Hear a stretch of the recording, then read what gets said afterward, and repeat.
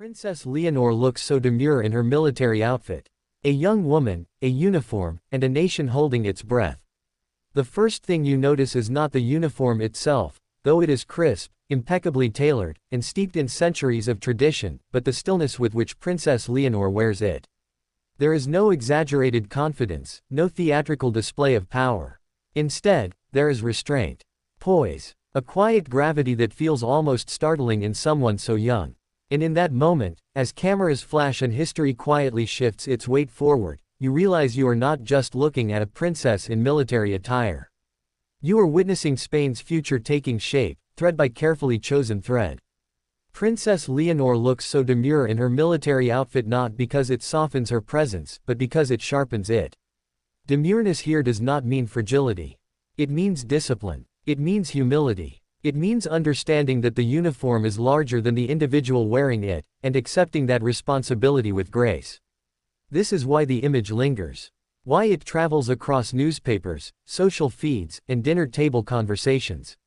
Why people who normally pay little attention to royal ceremonies pause, look again, and feel something unexpected, reassurance. Because in a world addicted to spectacle, Princess Leonor's military appearance offers something rarer, quiet seriousness. The weight of a crown not yet worn. Princess Leonor de Bourbon y Ortiz was born into inevitability.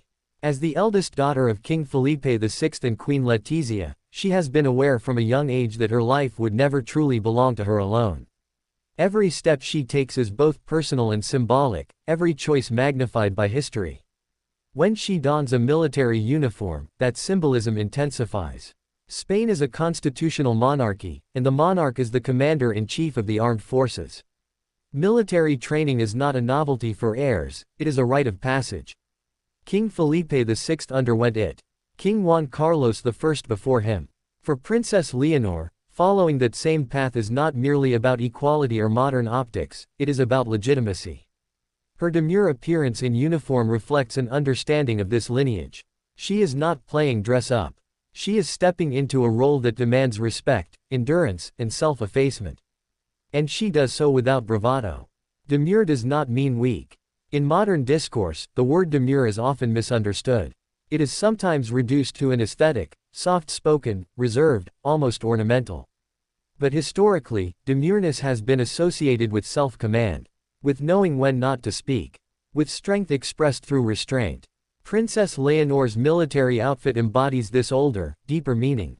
The straight posture, the minimal makeup, the hair neatly restrained, the absence of jewelry or personal flair. All of it signals discipline rather than submission. She does not disappear into the uniform, she allows the uniform to speak first. This choice is powerful. At a time when public figures are often encouraged to stand out at all costs, Princess Leonor stands firm instead. And that firmness reads as confidence of the highest order.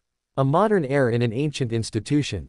The Spanish military is one of the oldest institutions in Europe, steeped in ritual, hierarchy, and tradition.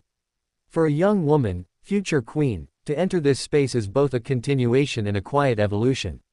Princess Leonor's presence does not disrupt the institution, it updates it. Her demure military appearance bridges generations.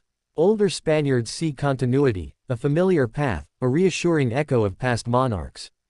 Younger Spaniards see relatability, a young woman their age waking up early, following strict rules, learning alongside peers. Earning her place rather than assuming it. The uniform becomes a meeting point between old and new Spain. The language of the uniform. Every military uniform speaks a language, and Princess Leonor's is fluent in symbolism. Structure represents order and responsibility. Neutral colors emphasize unity over individuality.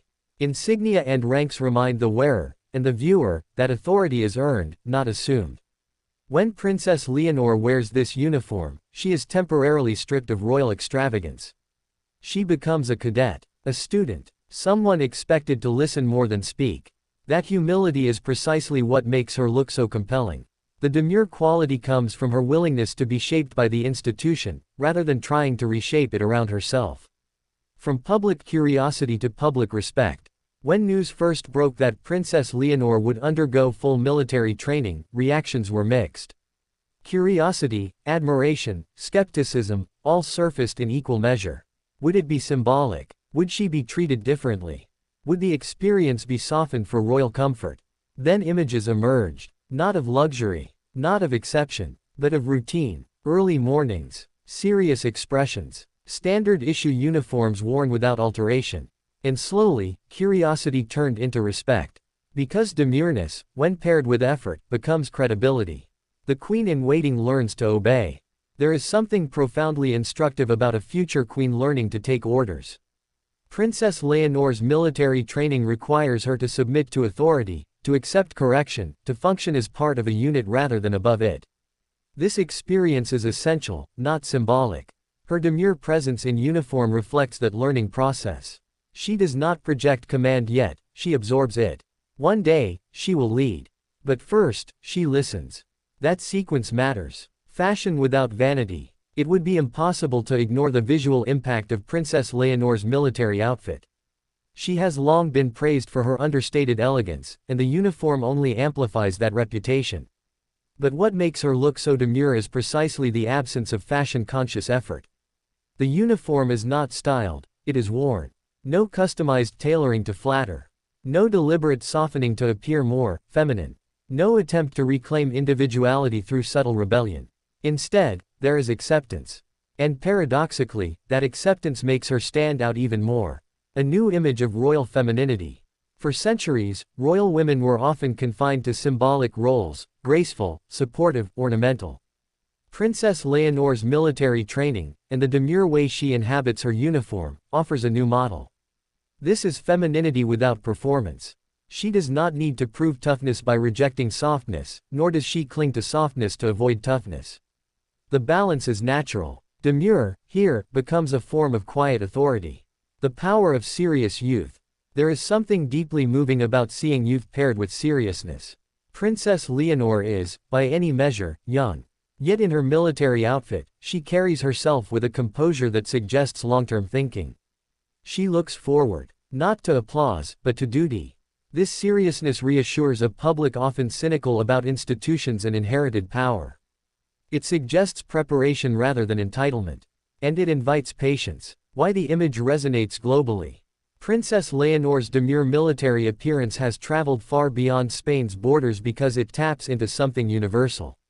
People everywhere are questioning leadership. What should it look like? Sound like? Feel like? In that context, her image offers an alternative to loud charisma and performative strength. It proposes steadiness, preparation, quiet resolve. It says, leadership can be learned. Power can be worn lightly. A lesson in visibility and restraint. Despite global attention, Princess Leonor rarely seeks the spotlight.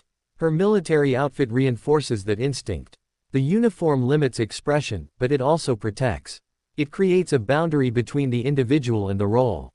In that boundary, Leonor appears most at ease. She is visible, but not exposed. That balance is rare, and wise. Echoes of her parents, forged in her own way. Observers often note how Princess Leonor reflects both her parents, King Felipe VI's sense of duty and Queen Letitia's discipline and composure. In her military outfit, these influences converge. Yet she is not a copy. Her demure bearing suggests a personality forming deliberately, aware of expectations but not crushed by them. She moves at her own pace, within the structure she has inherited. That measured approach inspires confidence. The future seen through a uniform. One day, Princess Leonor will no longer wear a cadet's uniform. She will wear the weight of a crown. But the lessons learned here, the humility, the restraint, the seriousness, will remain. When people look back on these images years from now, they may see them as the beginning of something larger. The early chapters of a reign shaped by preparation rather than impulse. And they will remember how demure she looked, not because she was unsure, but because she was listening. Why demureness matters more than ever. In an age of constant self-promotion, demureness feels almost radical. It requires confidence without exhibitionism, strength without noise. Princess Leonor's military outfit embodies that philosophy. She does not demand attention. She earns it. And in doing so, she reminds us that the most enduring authority often announces itself quietly. A silent promise to the nation. Every time Princess Leonor steps out in uniform, she makes a promise without words. A promise to learn, to prepare, To respect the institutions she will one day lead. Her demure appearance makes that promise believable. Because it is easier to trust someone who does not rush to command, but takes the time to understand. Conclusion. The quiet power of becoming. Princess Leonor looks so demure in her military outfit because she is not trying to be anything other than what this moment requires. A student. A future leader in training. A young woman carrying history with care. In that quiet alignment between role and demeanor, something powerful emerges. Not spectacle, not drama, but becoming. And that, perhaps, is the most compelling image of all.